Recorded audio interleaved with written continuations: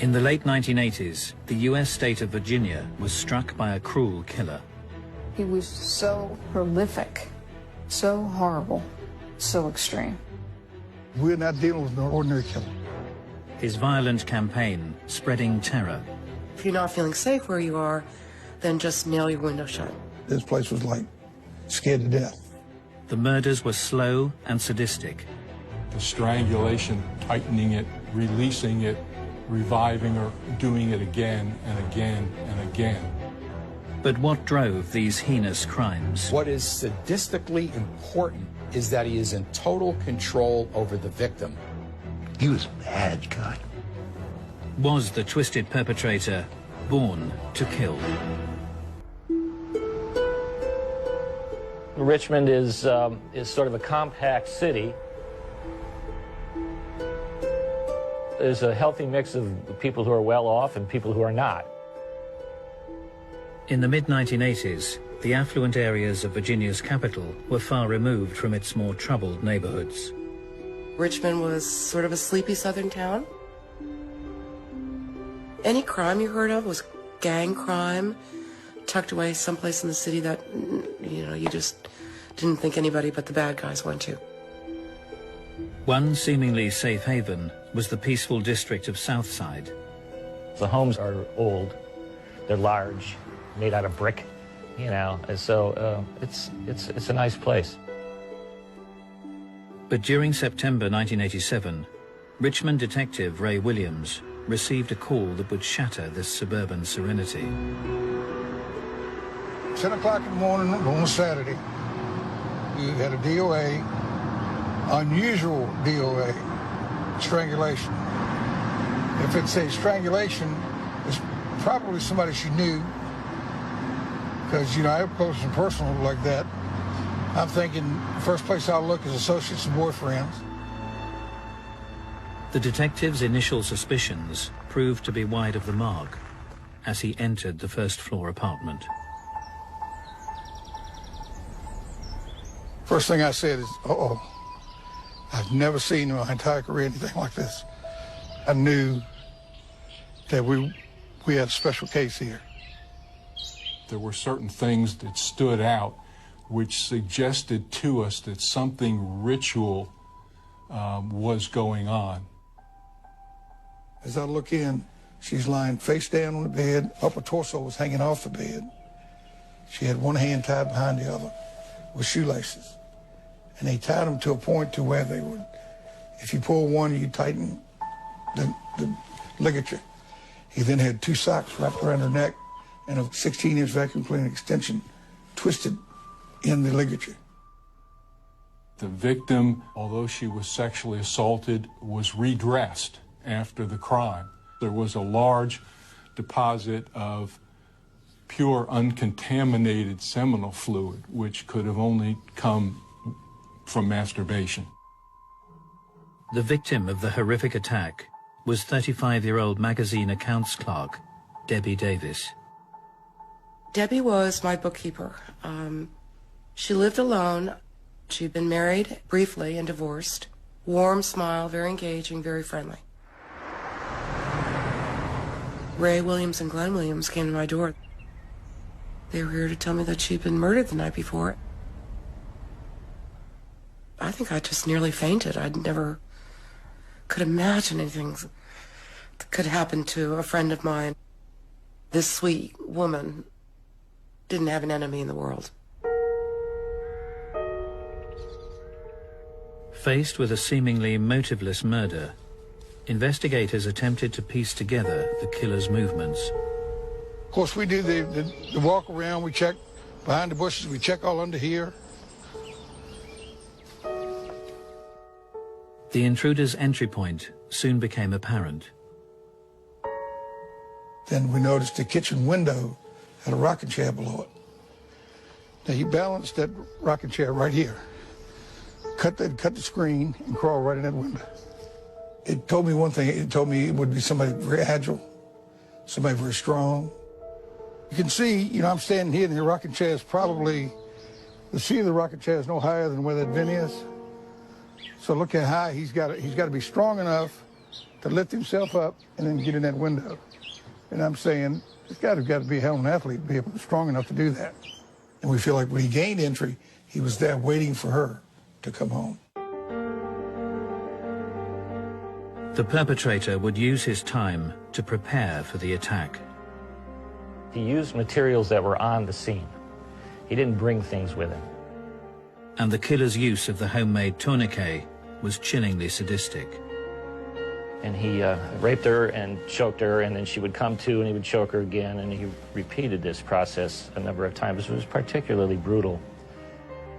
As the details became known, when we found out exactly how he did kill her, it was really awful. It was really terrible. He did awful things. He tortured her. He strangled her and tortured her and watched her die, like squeezing a little baby bird. That's what he did. As detectives investigated the macabre crime scene, they soon realized they were dealing with a meticulous adversary. When I get my reports back from forensics, there's no hair, no fibers, no physical evidence, no nothing. No witnesses, nobody talking about it. The police didn't have any immediate idea how the killer might be related to the victim. Usually they can figure that out fairly quickly. In this case, they clearly didn't. You know, this guy's awfully bold to go in and do the things he did to her with people in the apartments next door. Yet nobody heard anything. The Southside residents were shocked by the brutal slaying. But the silent killer was already planning to terrorize their neighborhood again. In September 1987, the Southside district of Richmond, Virginia, suffered a horrific murder at the hands of a sadistic killer. 35-year-old Debbie Davis was strangled in her own home in a prolonged, twisted attack. Police struggled to find a lead, and 2 weeks later, Detective Ray Williams was called to peaceful Southside once more. Quiet neighborhood, look, hear the birds. It's middle class, nice homes, very low in crime, including burglaries. Very seldom you get a street robbery.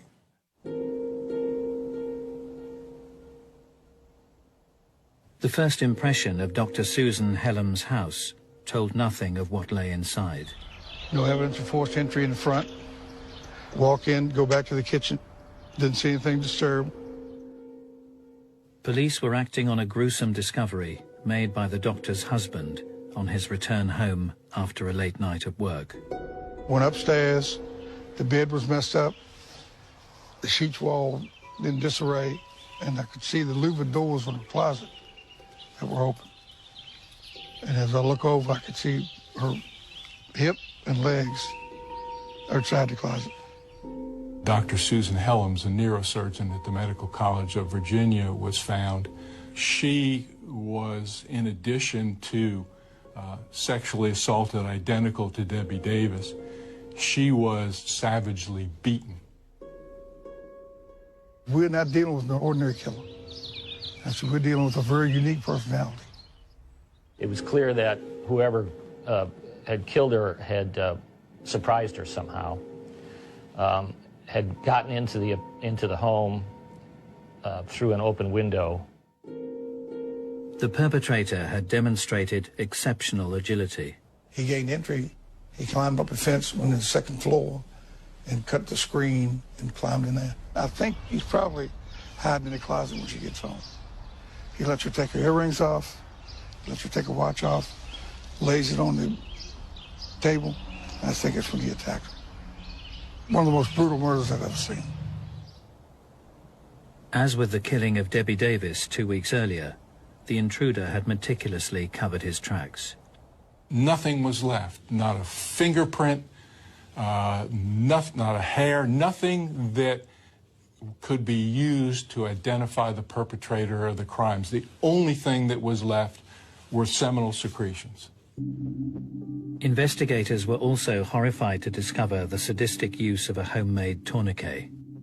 The florid petechiae in her eye caused the medical examiner to suggest that the strangulation of her might have taken up to 20 minutes or more. It was a situation of tightening it to cause her to suffocate, releasing it, reviving her, doing it again and again and again.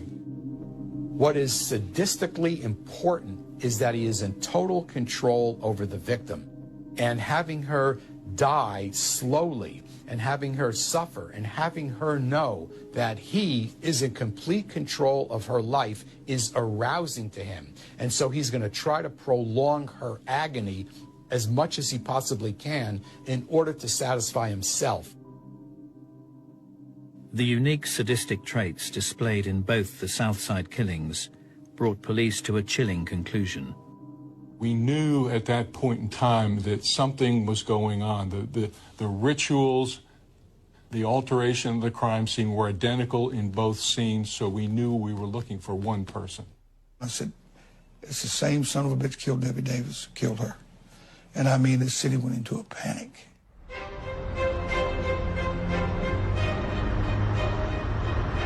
Once this was identified as a serial killing, everything in Richmond changed immediately.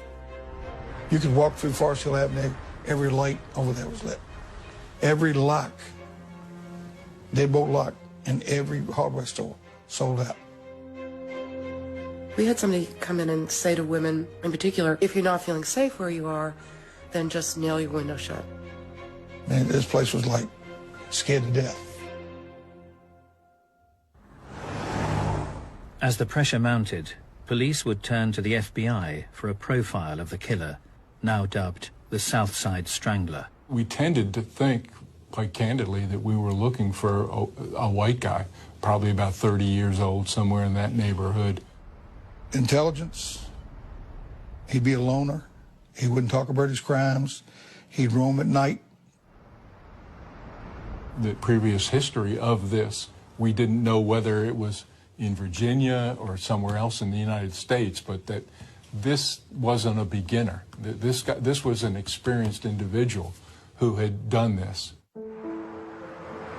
As the police investigation progressed, a clue came to light. The victims were unwittingly connected.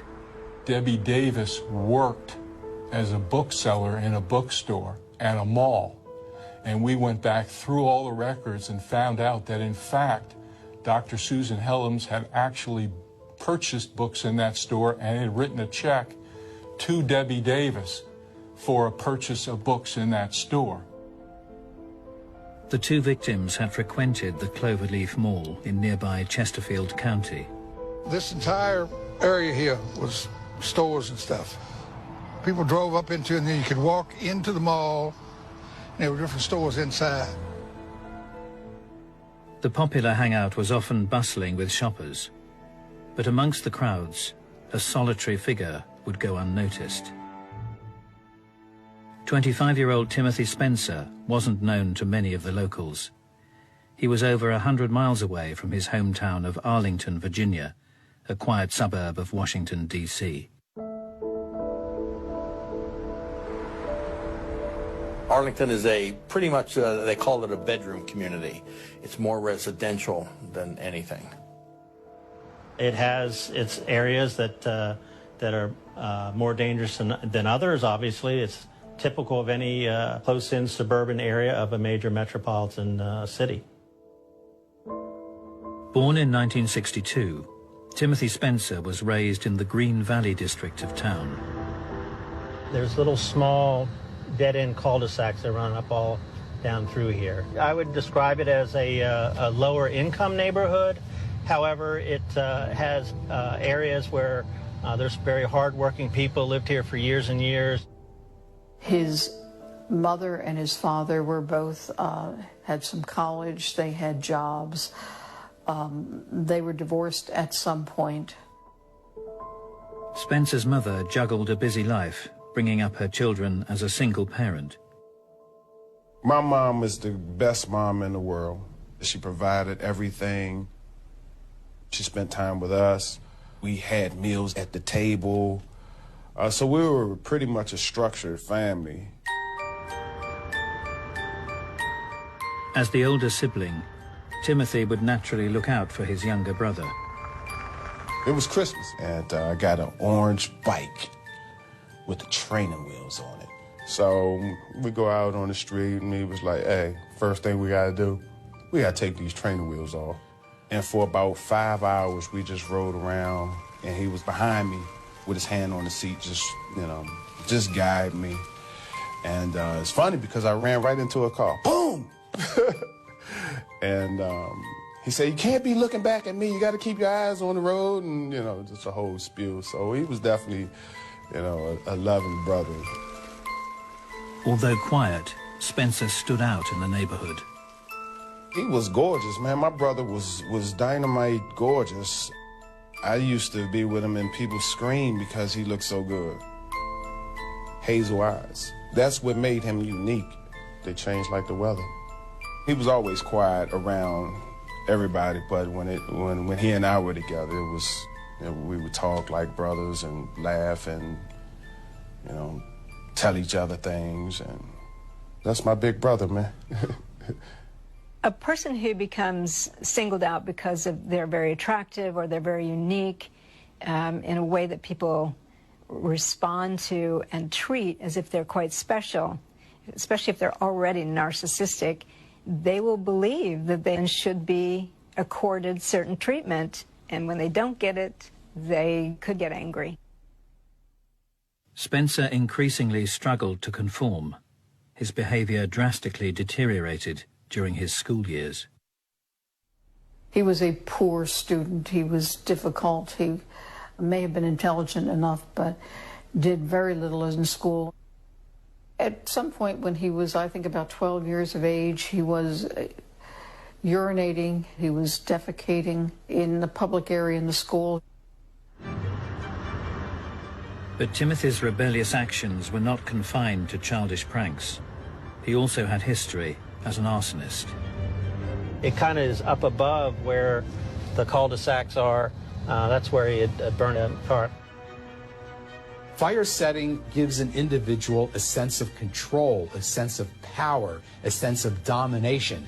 Because with a match, you could burn down a building, you could put a car on fire, and this type of powerful control is stimulating for some of these individuals. 13 years later, Richmond's South Side was reeling from 2 sadistic strangulation murders. And now, just outside the city limits, the killer would strike again.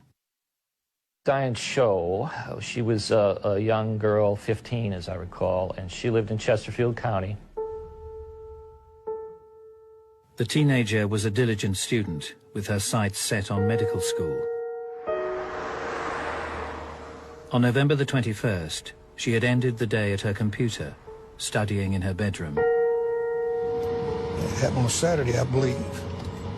I get a call from Chesterfield. They said, Ray, we got a 15-year-old kid strangled and tied just like your victims were.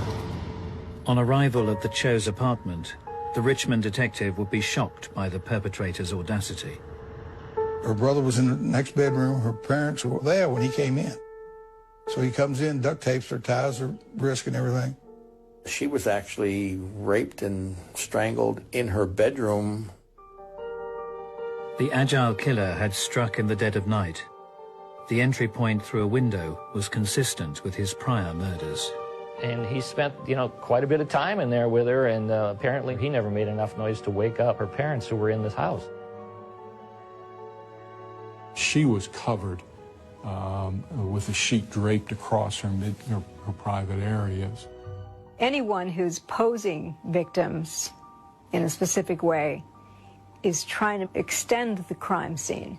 They want something to radiate out from their crimes in a way that will make them feel powerful again, just thinking about it.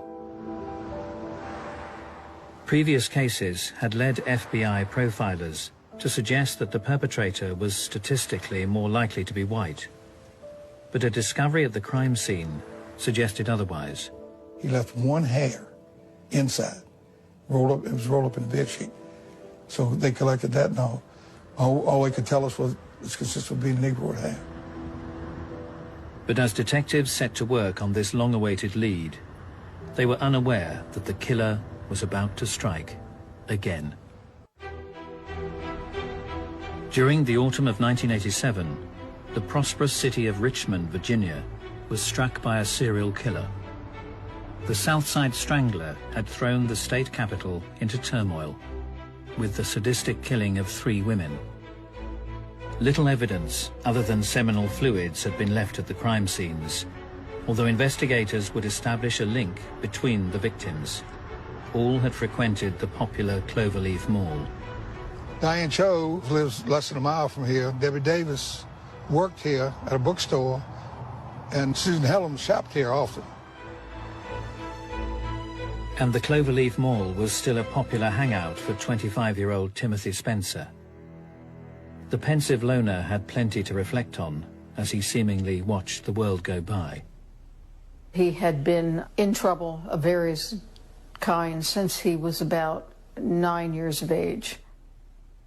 He got into crime early and stayed in it. Travis Spencer recalls how his older brother's behavior deteriorated on the streets of his hometown of Arlington. It was several guys that pretty much terrorized the neighborhood, and he just happened to be one of them. Now, if thieving was a sport, he would have been number 1. If you told me he stole your hubcaps, I would believe that. If you would have told me he stole your eyebrows, I would believe that. My only previous experience with him was the burglary from when he was a juvenile. All I remember is that I had to get his mother's permission to get his fingerprints. Because I thought that I had to do that as well to be accepted. I had a friend of mine, we go in the store, we had stolen some candy. The guy jumps around the corner and says, "Stop, thieves!" So the police came, the officer put us in the back. We get to my house. My mom came to the door and saw it was me, and her whole face changed like, no. And when my brother got home, I'm like, yeah, this is our bonding moment.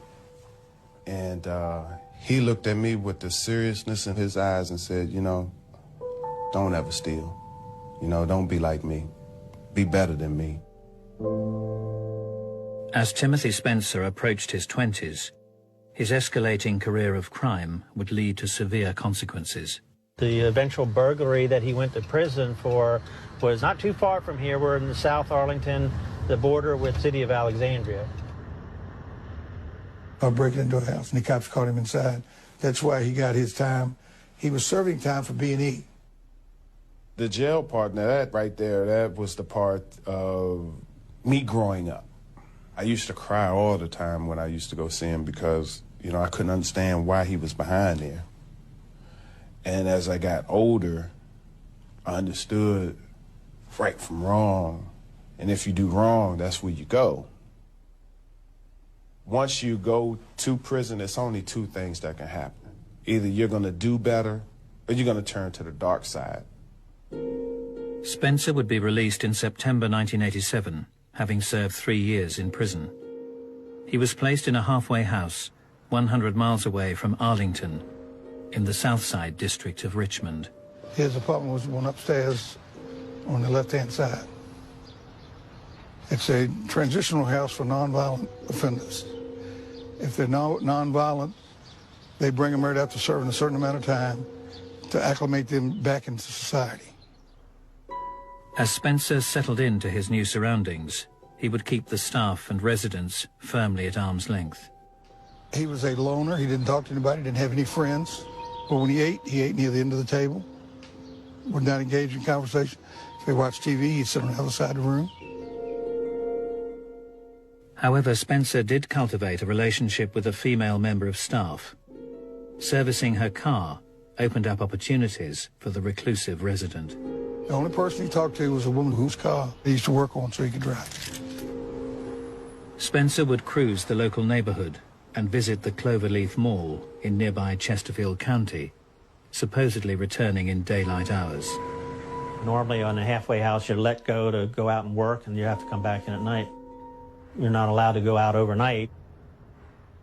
But Spencer wasn't playing by the rules. They're supposed to be supervised, checked in, checked out, but it was not run well at all. Timothy Spencer continued to roam the streets at will.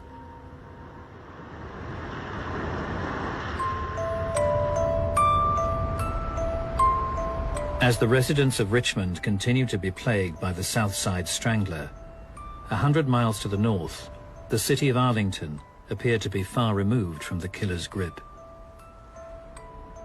We're in a section of South Arlington, a very nice, quiet community. It's very close to Washington. I believe actually that Richard Nixon lived there at one time before he became president. Very, very pleasant and very convenient place to live, and very little crime. As the end of November approached, the local community was preparing for Thanksgiving weekend. One such resident was publications editor Susan Tucker.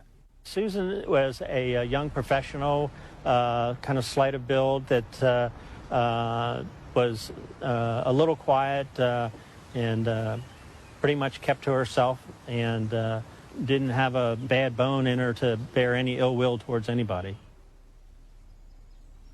She was home alone because her husband was on a business trip.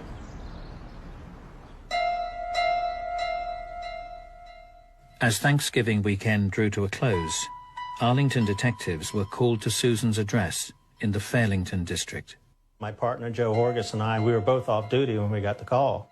On the outside, it was pointed out to me where it was suspected the point of entry, which was like a basement window. Underneath these metal balconies, there'd be a small window that's used to ventilate a laundry room or a basement area. Things were ransacked. You come up the steps. Right at the bottom of the steps was a purse that was scattered. The contents of it were strewn around.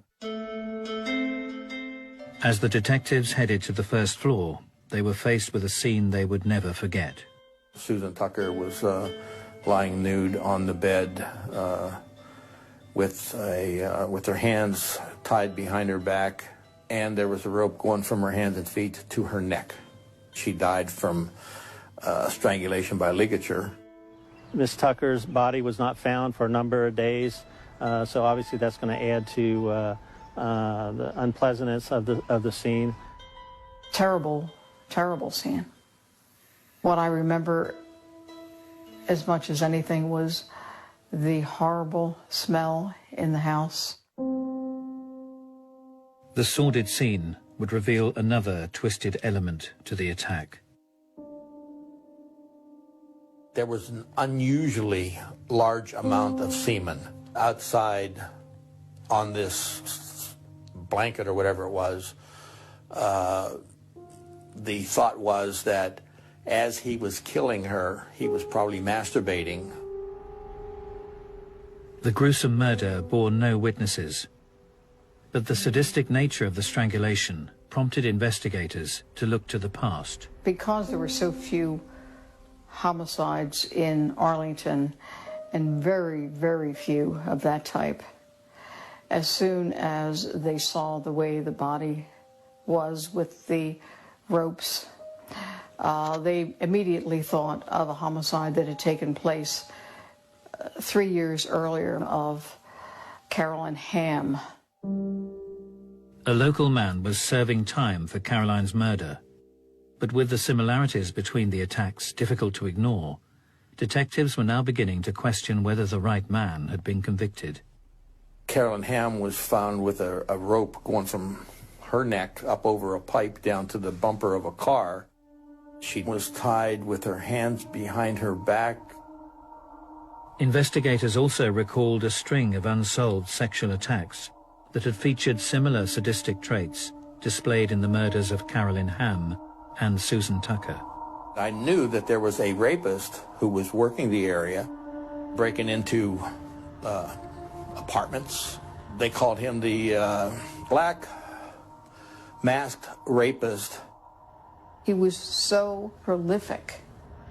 He was in a home with his ropes, waiting for a woman to come home. Had to be one of the scariest things imaginable. I called the FBI profile unit. They agreed that the odds are that this black rapist is my murderer. And they gave me some vital information that when the first girl was raped, The perpetrator took her from one area and took her to another area. There's a real good chance that the suspect lived in that area because he would have taken her to somewhere where he was comfortable. The reason they're within a comfort zone is because they're trying to do this in a way that they won't get caught. They know the streets, they know, the patrol cars, they know various things about the buildings that they might be entering and the person they've been following and the person who seems to be vulnerable. So there'll be kind of a buffer area around their immediate home or business. As Arlington detectives focused their efforts, potential suspects were whittled down. There was someone that had been bothering me 5 or 6 years earlier who was doing burglaries. All of a sudden, I remembered Timmy, and then Timmy Spencer came. The 25-year-old career criminal had been brought up in the Green Valley area of Arlington. His family home was located just a short distance from the site of the first rape in 1983. Detectives also established that the 25-year-old Arlington man had recently been released from prison. So we called up the parole office, and that's where we found out that he was actually in a halfway house in Richmond. And then, of course, we became involved with Arlington, and we started to piece all this together. We met with Detective Ray Williams.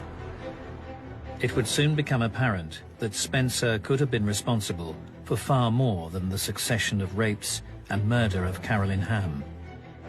Arlington and Richmond detectives discovered shocking similarities between the more recent murders in the two districts. The movements of Timothy Spencer were also impossible to ignore. Got the sign-out sheets from Halfway House. Every time he was signed out, coordinated with every murder. Not only did he sign out for every one of the murders down in Richmond, but he requested and received a furlough or whatever it is to come to Arlington for Thanksgiving, the weekend that Susan Tucker was killed. As detectives delved into Spencer's history, they would discover a disturbing pattern of behavior. The big circumstance that came to mind during the FBI's profile was the arson. Every indicator shows that he went through a transition of escalation. He started as breaking into homes, and they would break in and he would defecate and so forth and so on, and he gradually grew. There were many where he broke into one house and then took things and went next door and waited for a woman to come home. Often somebody who becomes a sexual offender starts with sexual burglary because it's like an experiment to see if they can, what they can get away with. If they enjoy that, they will now progress to trespassing against the person, which usually is some kind of molesting or rape, and then that can lead to torture, sex torture, or murder. Having established a clearer picture of their suspect, police made the decision to take Spencer in. We were on the street outside the halfway house when he came. We walk in, cuff him, take him to headquarters. I interviewed him for 12 hours. He never admitted anything. I don't know what you're talking about. He spoke well. He didn't use a lot of street slang. There were times when I would thought, do we really have the right guy? But I think for the most part, we were pretty confident we did. However, the horrific crimes had been perpetrated by a careful and calculating killer. With limited circumstantial evidence to call on, there was a danger that Spencer might yet walk free. Following a series of sadistic sexual murders in Virginia, Arlington and Richmond police had combined forces to arrest Timothy Spencer at a halfway house. The detective's case was based on circumstantial evidence, but recent advances in forensic science would offer them an unprecedented opportunity. As far as I can tell, it goes down in U.S. history. We were the first DNA murder case. Although police were dealing with a meticulous adversary, they were hoping to match Spencer's blood sample with deposits of semen found at the crime scenes. We immediately arrested him. We got his DNA. We checked it. And of course, everybody was holding their breath until, oh, when is the sample going to come back? Back then, it took several weeks. You know, we would sit around and wait. If there wasn't a match, then it wasn't Timothy Spencer. And to be honest, we were all going to have egg on our faces. But it matched. It matched to the crime in Arlington. It matched to 2 of the 3 crimes in Richmond. So we had 3 cases with DNA evidence. Forget about who it was. We knew who it was. It was then, how do we convince the jury? Police continued to build their case. They had observed Spencer's movements at the Cloverleaf Mall, a location that had been frequented by 3 of the victims. Sat in the middle of the mall for hours, watching the women, just looking at them. We'd just sit there and watch them walk by. Never bought a thing. Like a chameleon, he just blended in, didn't cause any problems. He obviously was very meticulous in picking out his targets. Once he picked one, he would walk behind her and watch stores she went into. We were able to produce some evidence that showed that this may be the location where he would pick these individuals out. Between July 1988 and June 1989, Spencer would face charges for the rapes and murders of 4 women in Arlington and Richmond. Although implicated in the murder of Carolyn Hamm and the series of Arlington rapes, prosecutors decided to try him on only the most recent murders. I never saw any indication that he was at all troubled by what he was hearing in court. He just sat there. Disturbingly, the defendant would come to life as prosecutors distributed images from the horrific crime scenes. He wanted to see those pictures. I mean, he was actually, defense tables here and the jury boxes here. He's actually leaning over, looking at every picture. Timothy Spencer was so bad, there was no way in the world that even as opposed to the death penalty as I was going to take a chance on him ever getting out on the street again. He was a bad guy. Spencer was found guilty of the murders of Richmond residents Debbie Davis, Susan Helens, and Diane Cho, and of Arlington resident Susan Tucker. The man previously convicted of Carolyn Hamm's murder would be pardoned and released. As Spencer was placed on death row, the question remained: how had this serial burglar and rapist ended up as the most sadistic of killers? That was the hardest part of the whole situation. Like I said, you told me something about some stealing. But murder, I never could see my brother actually murdering somebody. He was a very angry person, a controlling person. He wanted to control people. He obviously hated women for some reason. It's not the sexual part of the crime that doesn't give them the satisfaction. For some reason, they've harbored this inner anger towards women. He's escalated to his torturing people. The torture part is part of the anger and releasing that anger towards your victim. It's like an experiment to see if they can, what they can get away with. Once they have someone and they've subdued them and they know that that person's not going to escape, they want to prolong that feeling of power over this person. But what was the root of this twisted fury? Was Timothy Spencer a born killer? I think something wasn't really right in the mind. If somebody's ill, that's treatment. That needs to be with medication, some doctoring. Me growing up in that household, he was definitely ill. We don't see any genetic thing that turns a person into a sex murderer. But if he's also a predatory psychopath, We certainly are finding that there are brain factors in terms of areas of the brain that don't inhibit aggression and areas of the brain where moral decision-making is made that are atrophied. So you get a sex killer who's also a psychopath, it's more likely that person will become an aggressive offender. I wouldn't say he's a born killer, but that deviant sexual arousal pattern is certainly hardwired. And with other events in individuals' development and childhood could set the stage for somebody to act out. Timothy Spencer was executed at the Greensville Correctional Center on April the 27th, 1994. They called me, they said, "You coming down?" I said, "No. I deal in death every day. And it's just a legal way for the state. You're still killing somebody." I mean, I'm not saying he didn't deserve to die, because he'll never kill anybody else. But I still have mixed emotions about death penalty. That day, phew. Yeah, I was there. I was there the last day on this earth when they told us we had 2 minutes left to talk to him. You know, for you to be sitting there with a person perfectly healthy, they damn near had to pry us apart. I do remember the day that he was to be executed was a very unusual day for me. And I remember not being able to speak to people all day long and just carrying it around with me, remembering my friend.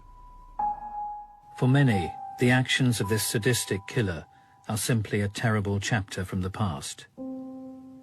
But for some, the pain lives on. I think that to be able to do what he did and to murder my friend in the method that he did, he was an absolute monster. He was the personification of evil. Most evil person. He was certainly the worst person that I encountered in the 25 years or so that I was in that kind of environment. You have those nights where you dream of them and you wish you could just hold them and hug them, and they're just not there. They're just not there. Wake up out your dream, crying 9 times out of 10. He did what he did. No doubt about that. We can't erase it. We all are crime victims. Life still goes on. And, you know, it's still a constant struggle. And I'm sure the victims' families, you know, they're struggling as well, you know. Nobody's a winner in this situation.